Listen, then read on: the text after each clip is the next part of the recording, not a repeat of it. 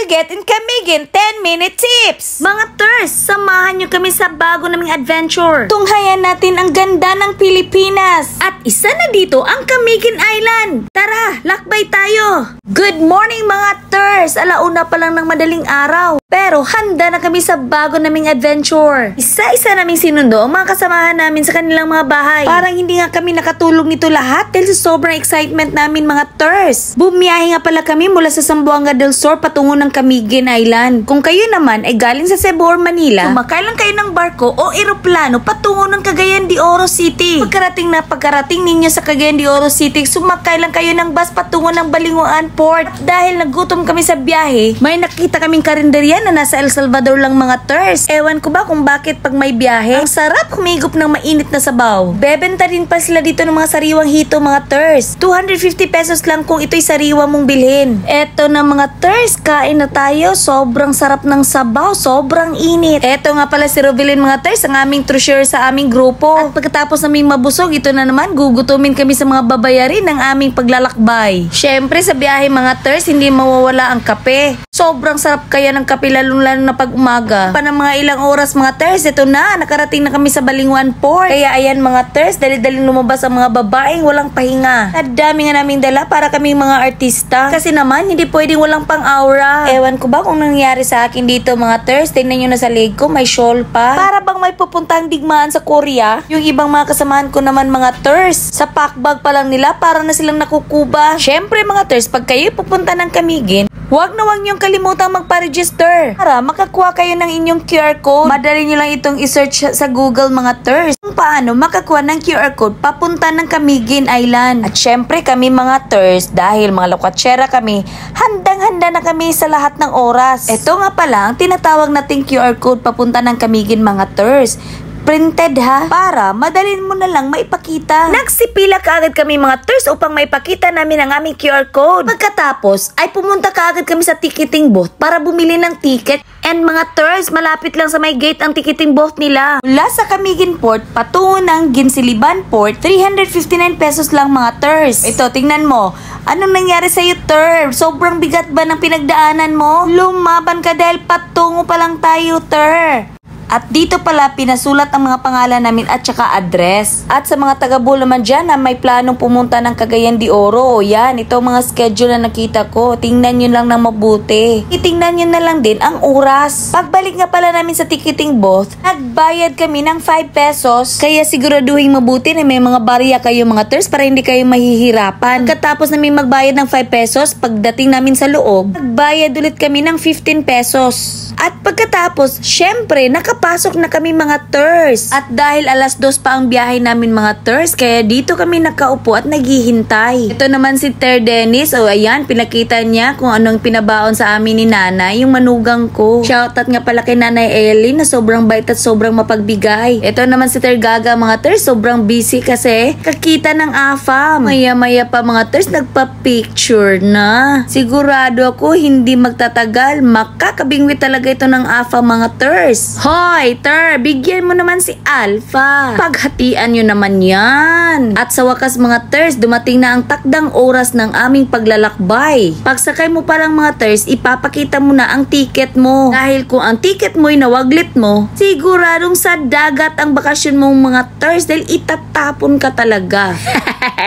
Ayan, nakapasok na kami mga Ters. Dahil itong kasamahan ko naman, sobrang naawa ko dahil sobrang bigat ng daladala niya. Kaya tinulungan kong magtulak ng kanyang maleta. Ayan mga Ters, nakapwesto na kami. Iba talaga itong si Third Alpha. Gusto talagang umupo malapit sa AFAM. Kaya lang ang AFAM sa likod namin mga Ters. Lumilipad yata ang pag-iisip dahil nakatingin sa malayo. Pag kayo'y sumakay ng barko mga Ters, huwag kalimutang hanapin ang mga life jackets. Hindi natin hawak ang panahon. Kaya safety first. Mga may planong magbakasyon sa Camiguin mga Ters, na dala-dala ninyo ang inyong mga sasakyan. O ito, nakita ko to.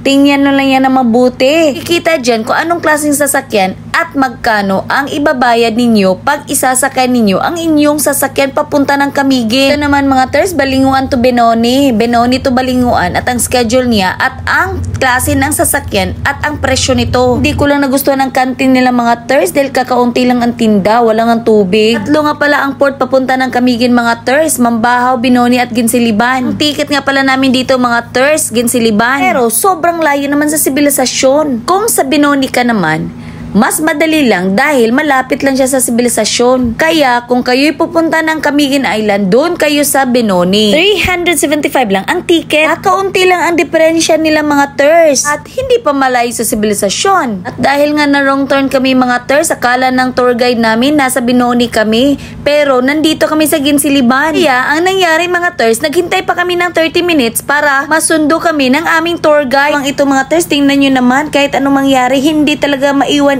ang saging at torta na bigay ni nanay. Kung alam niyo lang mga ters, sobrang saya namin dito habang naglalakad. Kaya kahit sa dami ng pagsubok, mga problema sa buhay, trabaho man o pamilya, huwag kalimutang bigyan din natin ng panahon ng ating sarili upang makapagmuni-muni at makapag-recharge. Ang isang ito naman mga ters, sobrang nabibigatan ng kanyang bit-bit. Ay, may kamera pala. Kaya ito, pakimbot-kimbot ako. Ay, sorry, naiwan ko yung isa. Akala ko naman kasi nailagay mo na. Dating na pagdating nyo nga pala sa port mga ters, importante pa rin ang QR code nila. Kaya, ilabas mo ulit dahil ipapakita mo sa kanila bago kanila papasukin. Ayan si kuya, pinapasok na tayo. Dahil uhaw na uhaw at gutom na gutom kami mga ters, nakakita kami ng tindahan. Heto nga pala ang mga tindera na mga gandang dilag. Ayan tuloy, nahihiya ang dalawang ire. Ito na, magagamit na namin aming baon na torta. Thank you nga pala nanay sa aming torta na baon at saging. Sa wakas mga ters, nandito na ang aming tour guide, si Kuya Rob. Ang Facebook page nga pala niya mga ters, Rob Land Tour and Motorbike. Wala na kami inaksayang panahon mga ters, sumakay kaagad kami sa jeep.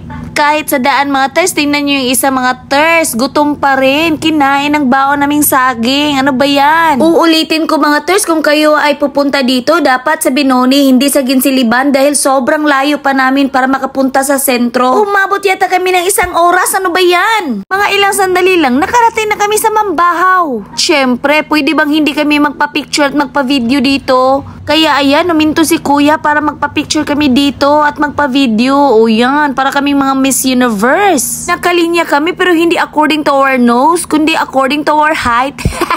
Kinapalan nga pala namin ang mukha namin dito dahil sobrang daming nanonood mga ters. At dahil bukas pa magsisimula ang aming adventure mga ters, hinatid muna kami sa lugar kung saan kami matutulog at makapagpahinga. Pero sa palagay niyo ba mga ters, magpapahinga kami pagdating? Hindi no. Dahil hindi kami pumunta ng Camiguin para lang magpahinga. Pumunta kami dito para maglakwatsa. O yan ang pangalan ng aming tutulugan. Pagyas. Alam niyo ba mga ters na ang harap ng Pagyas ay ang White Island na kung saan kasali sa aming pupuntahan mga ters. Kayo makapunta dito, hindi lang Pagyas ang pwedeng mapagpipilian ninyo. Sobrang dami na kalinya lang sa labas mga ters. Sabi ni kuya, mas maganda daw dito pag weekends. Alam niyo ba kung bakit? Dahil sa unahan nito ay may tinatawag silang parang nightlife ika nga. Pero dahil hindi kami weekends na dumating, hindi masyadong maraming tao. Kaya ayan mga ters, ipapakita ko rin sa inyo kung ano ang klaseng kwartong nakuha namin. Presyo nga pala ng mga kwarto dito mga ters, 2,800 at saka 4,000. At good for 8 na ito ha. Ito na. Nakakarating na kami sa aming kwarto. Tingnan yung isa, mas malaki pang bag kaysa sa kanya. Yan, siya una nakapasok. Ang kwarto nga pala namin mga ters, 282 ha, at 8 ang pwedeng magkasya dito. May 4 na bed sa loob ng kwarto. May isang malaking bed naman doon sa labas. May TV at may CR pa. Ang isang kwarto naman mga ters, 4,000 pesos. Good for 8 rin ha. At dahil mas mahal ito, malaki siya at maganda ang sala niya, maganda din ang kwarto niya. At ang nakakaganda pa dito ay 2 ang comfort room niya. At pagkatapos nga pala naming naisaayos mga gamit namin sa aming mga kwarto mga ters, ayan na, lumabas na ang mga babaeng itinakwil ng dilim.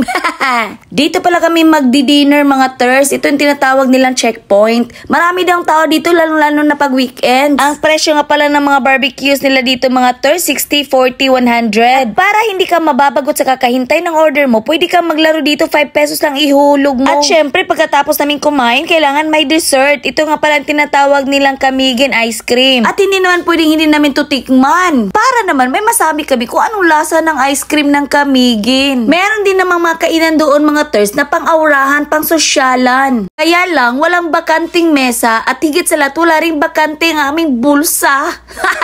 Katapos nga pala ng aming pinagdaanan ng gabing yun mga ters, charot. Kasi uwian na kami sa aming mga kwarto pang makapagpahinga na. Good night mga ters at sana hindi kayo magsawa sa kapapanood ng video ko. Thanks for watching. Bye!